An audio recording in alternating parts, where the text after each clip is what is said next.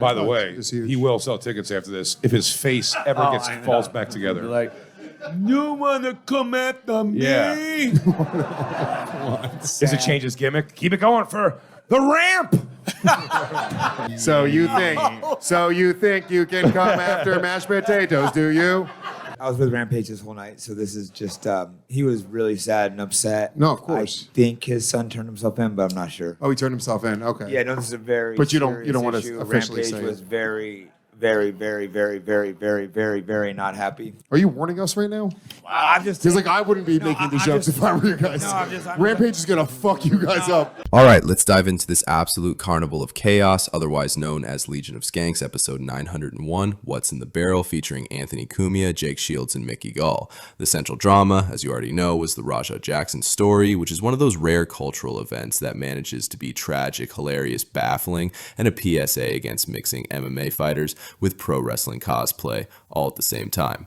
The breakdown of the conversation felt less like a podcast and more like a panel of bewildered sports dads trying to narrate a murder they accidentally tuned into while channel surfing. Cumia, Lewis, Big J, Shields, and Gall were essentially playing verbal ping pong with the absurdity of the event, and the ball was Rampage Jackson's reputation getting smacked back and forth until it finally landed in the corner with Rampage Jackson staring at it like, oh god, my kid's a felony, in sneakers.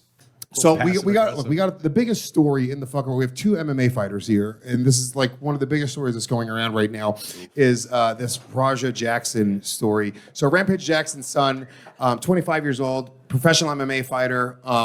Seems to get called a bitch a lot. I'll tell you right now, he's great at MMA fighting, terrible at professional wrestling. Yes. One of the worst professional wrestlers I've ever seen. Just I'd say when a little too hard. He sells it. He puts someone over, that's for sure. He really did. Just real quickly, man, but I'm really good friends with Rampage. I was with him when that happened, so I'm not going to say Are you much. disavowing Sure. this You conversation? don't have to. And man, a father always defends his son. Of He course. was extremely angry, extremely disappointed, extremely sad. I'm not saying nothing. No, I understand. Look, I'm not knocking. Look, Rampage. I feel I love bad. Rampage. I Let's tweeted not at talk- you. let's not I talk feel about bad Rampage, for please. Rampage because I got a kid, dude. His father's name's Rampage. This day we at was least- coming.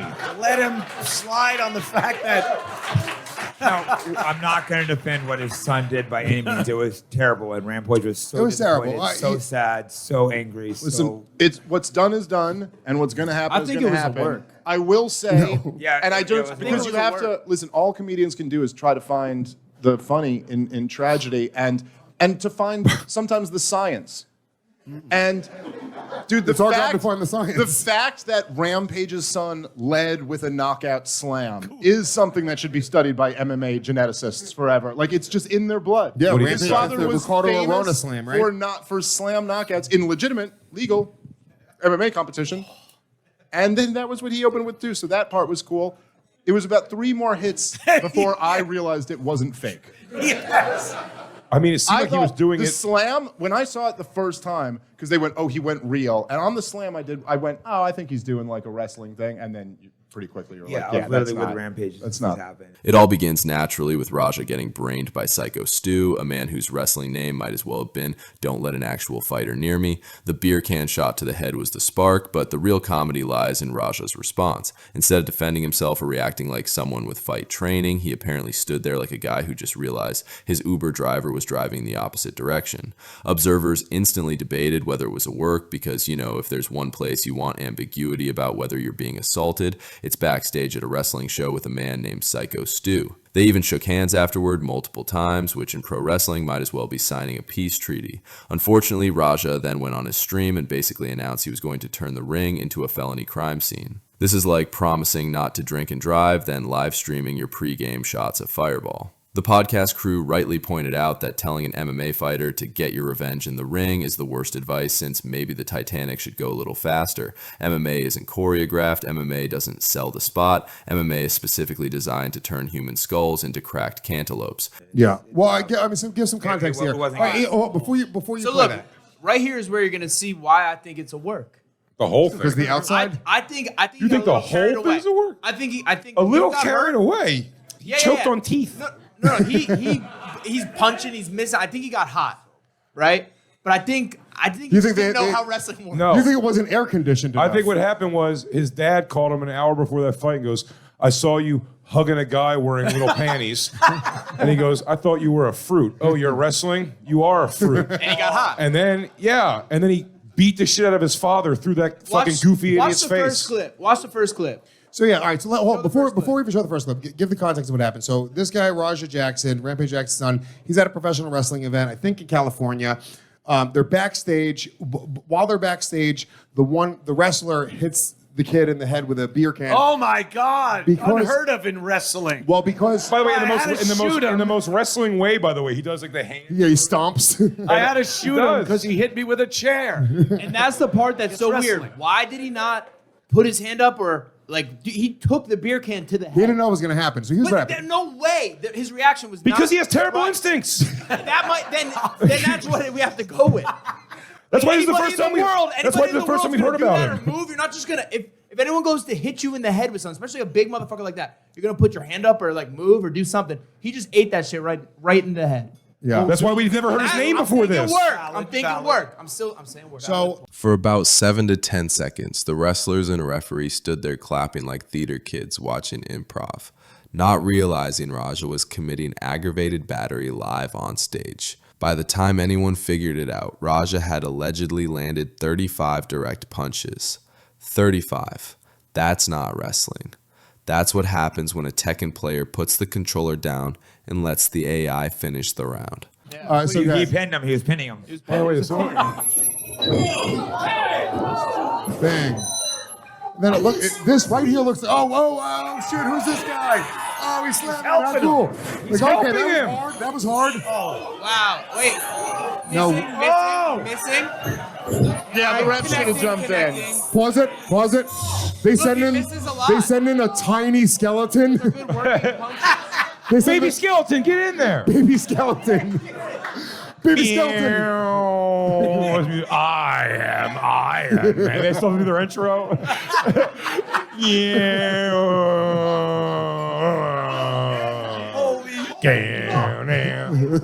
Oh my God! It's baby skeleton. No! Meanwhile, Rampage Jackson went full dad mode. Angry, sad, disappointed, heartbroken. Basically every word you'd use if your kid just keyed your car, except this time your kid turned a wrestling ring into a snuff film.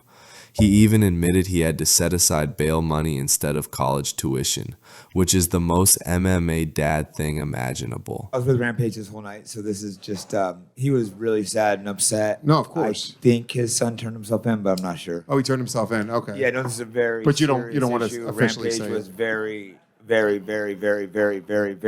not happy. Are you warning us right now?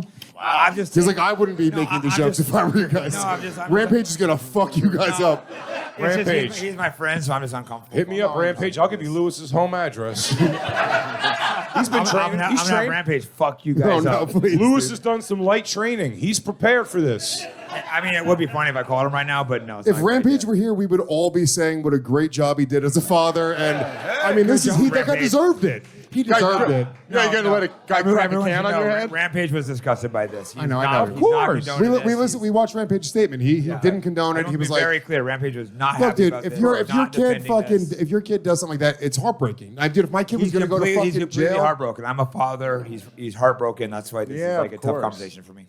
yeah, Yeah. it sucks. Stop calling your son a bitch, dude. He's not fucking- What do you have to kiss But him, his boys? half Asian kids aren't doing this. No, it's half Asian kids. Okay. Well, that's the other thing. Rampage said in a statement like a few weeks ago that he put money aside for his half Asian kids to go to college, and then he also put money aside for Raja for bail. And I was like, oh, Jesus Christ. Nice. We all And, know and why. Rampage, Dave, you made this point, which is hilarious. Rampage, it's, Oh, that motherfucker about to get arrested. I got to go to a cello recital tomorrow morning. The funniest part of the episode wasn't the jokes. It was the absolute uniformity of condemnation. Nobody defended Raja. Shields, Gall, Kumia, and the Skanks all agreed he was dead wrong, which is rare in a podcast environment where disagreement is usually the whole meal. The only nuance came from Shields, who sheepishly noted that fighters are trained not to stop until the ref intervenes, which is fair. Except this ref was apparently a baby skeleton who couldn't stop a balloon from floating away. By the way, It's huge. he will sell tickets after this if his face ever falls back together. Like, You wanna come after me? Yeah. Does it change his gimmick? Keep it going for the ramp. Keep it going for mashed potatoes. it just He has to steer with his fucking face. So you think you can come after mashed potatoes, do you? Stop. Saturday night in Las Vegas, I will get my revenge. Stop singing it. Start bringing it. He's gonna be all right. he's gonna be all right. All right. Oh, sorry. Finally, the Voice of reason. There you go. Psycho Guys, Stu's gonna Made run that bitch wild famous. on you. You go, Say your prayers, eat your vitamins. What emerges from this episode is a parable. Put a real fighter in a fake fight and you don't get theater. You get felony charges and a GoFundMe scam. Raja Jackson managed to ruin his career prospects, break a man's face, and disappoint his legendary father, all because of a beer can and the inability to understand the word work.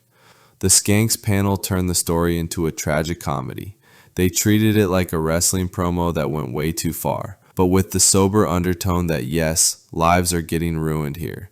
If Raja thought being called a bitch was bad, wait until he hears what the court stenographer calls him during sentencing.